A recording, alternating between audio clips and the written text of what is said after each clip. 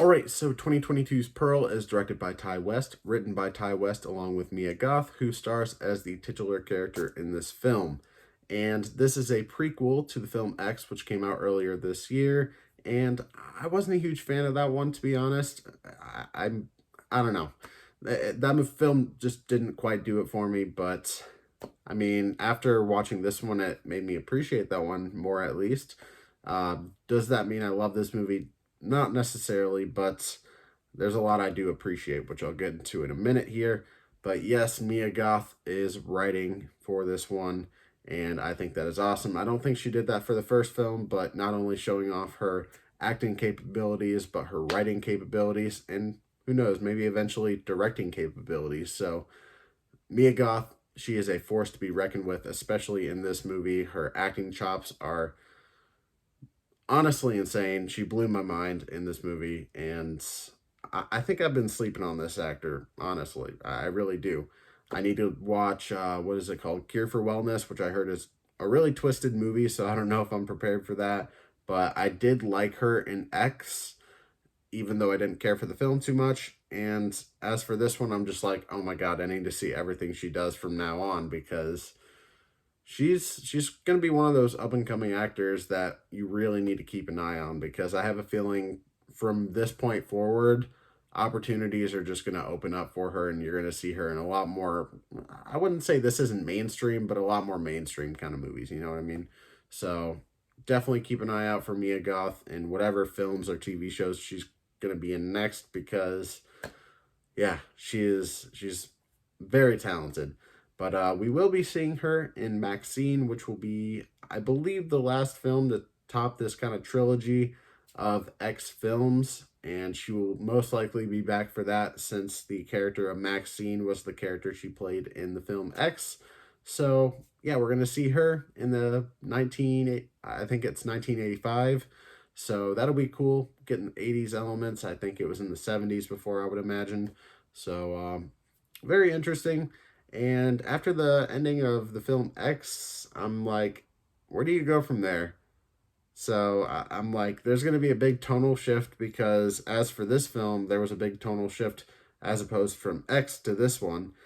It feels like a very different movie, and it should be. You know, it shouldn't just be a repeat of the first one. Was it what I was expecting? Not necessarily, but I gotta be honest, I don't love it, but I do appreciate a lot in it. The monologues that Mia Goth gives as the character of Pearl in this film, fantastic. Some of them, especially the one towards the end, which I will not spoil anything in this movie, but the one towards the end, I feel like kind of went on a little too long. It was like 3 to 5 minutes, and I was kind of at that point I had already watched pretty much over 3 hours of films in one day. So I was just kind of ready to go home at that point. It was getting late.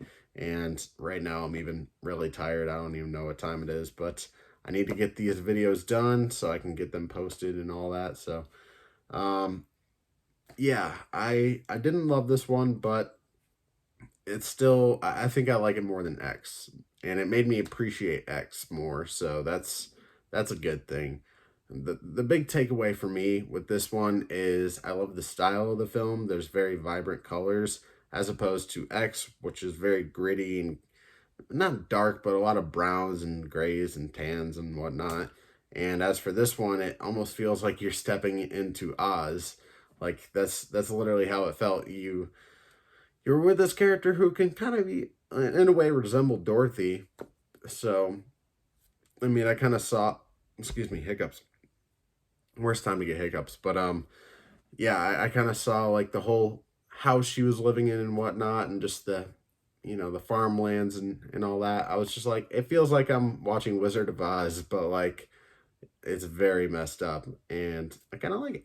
There were even times where I was expecting her to break out into song just because of how colorful and vibrant and fun it was, but then the next scene over, like you just realize how dark everything really is. As soon as she gets into that house, honestly, is when everything starts to get dark and gray and black and just I mean the way they use colors with storytelling in this film is just like it makes my movie boner in rage, if that makes sense, and also doesn't sound creepy, even though it does. But yeah, I mean, I just love shit like that. This is a very, you know, this is a piece of art. It doesn't necessarily mean I love it, because at the end of the day, like, a film like this can either feel completely original and unlike anything you've ever watched before, and in a way that kind of is the case, but also it can feel like they're doing art over story sometimes, you know. For the most part, it's an interesting film. It's an interesting character. What's the word I'm looking for here? Uh, Character piece. I think that's what I want to say.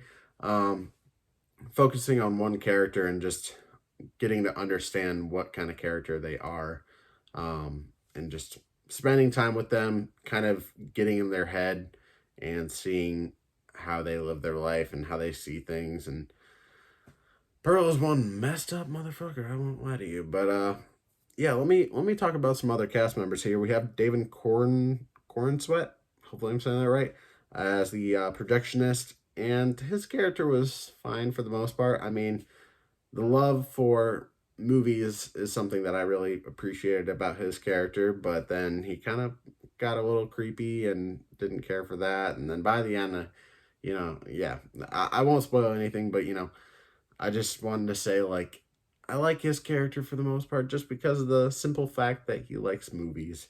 And this actor in particular was in a show called Hollywood. I think it was just called Hollywood, yeah, on Netflix, which I don't know if people really liked, but I loved that show. I'm a sucker for period pieces, especially ones taking place in Hollywood. Shit like that just fascinates me. So that show was really good. He was fantastic in it, so I would definitely recommend checking it out. But as the mother of in this film, the mother of Pearl, um, we have Tandy Wright, who plays Ruth.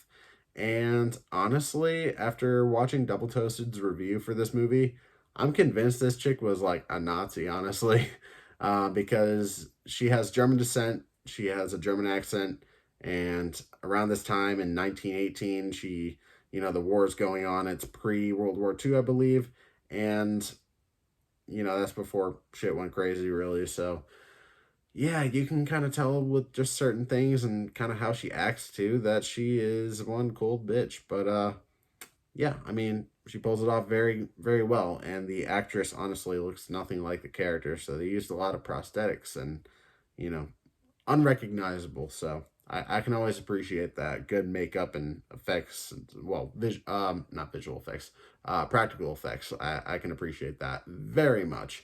There are some visual effects I think I saw in the film. I don't know how many. There really weren't much. I think the most visual effects in this movie are maybe with like the crocodile or alligator um, that we saw in X. I'm pretty sure that was even that could have been practical, but the most digital effects I think they probably used in this film was just the color grade it and make the colors pop. Apart from that, I think most of this film is it's very practical, and I appreciate stuff like that because not enough movies these days do practical effects, and it seems like Ty West has an appreciation for that. So I have an appreciation for him for doing that. Um, but yeah, there's like a scene, and this isn't like a huge spoiler or anything, but there's a scene where Pearl is riding her bike at night, and it should be dark and whatnot, but since this kind of feels like a fantasy land almost, and that's kind of how she sees her life too, for the most part. Outside of her house, that's kind of how she sees life, is kind of like a fantasy land. But when she steps in that house and her mom's there, like that's what kind of brings her back to reality. And where was I going with this? Oh yeah, but she was riding her bike, and you can kind of see like some fog or something like that coming over the cornfields, and it was like blue and kind of dark purple and stuff, and I was just like, oh, again, love the colors in this film. There's moments in here where like, she's getting sexual and stuff with, I'm not even gonna say it. And there's like some sexual moments in here that some people would be like, "Oh, that's hot." For me, what's hot is just like the colors and how they pop in this movie. Like if I'm taking away anything from this movie, it's just how visually stunning it is. So love it. Um, Let me see what kind of notes I have. Oh, I have more cast members to mention here. We have Matthew Sunderland as Pearl's father. Um, I feel like I've seen that actor in something, but I didn't write down anything I've seen him in, so the name sounds very, very familiar. We have Emma Jenkins Purro as Misty, I believe it's the sister-in-law to Pearl, and then Alistair Sewell as Howard, the husband to Pearl, which he's off in the war in this film, so you really don't see a whole lot from him, but we do get a little bit here and there. Um, yeah, I didn't even give you the synopsis of this movie, so anybody who clicked on this video just like curious about what this movie is, I didn't really tell you yet. But here, let me give you the synopsis. 11 minutes in, trapped on her family's isolated farm, Pearl must tend to her ailing father under the bitter and overbearing watch of her devout mother. Lusting for a glamorous life like she's seen in the movies, Pearl finds her ambitions, temptations, and repressions all colliding in this origin story of X's iconic villain. So, yeah, I don't know if I said this before, but I would definitely recommend watching X before watching this movie, even though, yes, it is a prequel. I think watching X first and then watching this one will make you appreciate X more, and it will also make a little bit more sense. So, definitely recommend doing that, especially since I feel like that's the director's intention. So, yeah, there you go. But I believe that's all I really have to say about Pearl, unless I have any other notes. Mia Goth gives a fantastic and twisted performance as the character of Pearl. If I were watching this at home, I would fast forward through the monologue that she gives towards the end, because honestly it went on a little too long for me, and maybe it was just because I was tired and I had already watched a 2-hour film before, and it had already been out pretty much since like maybe 2 p.m. and I was getting home around like almost midnight. I was just like, oh, I'm so ready to go home right now. I've been out all day and I just want to lay in bed and go to sleep. But hey, I'm here to review movies, so that's what I have to do. So yeah, like I said, I would fast forward through that monologue, honestly, even though it's supposed to be a great performance and it's like an Oscar moment, even though I don't think this film is going to be nominated, unfortunately. Maybe for a different award, but not the Oscars. Um, but yeah, I'd probably fast forward through some parts because this is a very slow moving film. But at the same time, I don't think I was ever fully bored up until that point of the monologue. Up until then, I was interested in the backstory and just the setting and the world building, and like I said before, the just the visual aspects, like everything about this film visually is a win to me. So um this is going to make it very hard for me to give a ranking for it, because I still don't love this movie. I don't think it'll end up on my top 10 best of this year. Definitely won't end up on my top 10 worst. Is it a film I'm going to watch again? Most likely I'm going to end up watching X and Pearl before the Maxine not films, but film comes out. So yes, I would most likely watch this again. I feel like I have to give this movie a pretty solid score. So I'm going to go with, man, I think I'm going to go with man, this is a hard decision. I don't know if I want to go 7.5 or 8. I think I'm going to go with 7.5. There are some things that kind of hold me back. Um, but for the most part, there's a lot that I do enjoy in this film. So, like I said, I don't know if it'll end up on my top 10 best of this year, especially since we still have really great films to come out. And I've already thoroughly enjoyed a lot of films that I've already seen so far.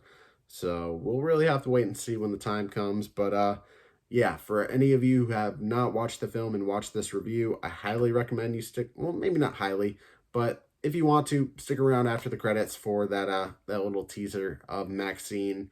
It's fun to watch it in the theater. I waited for it, even though I really had to pee.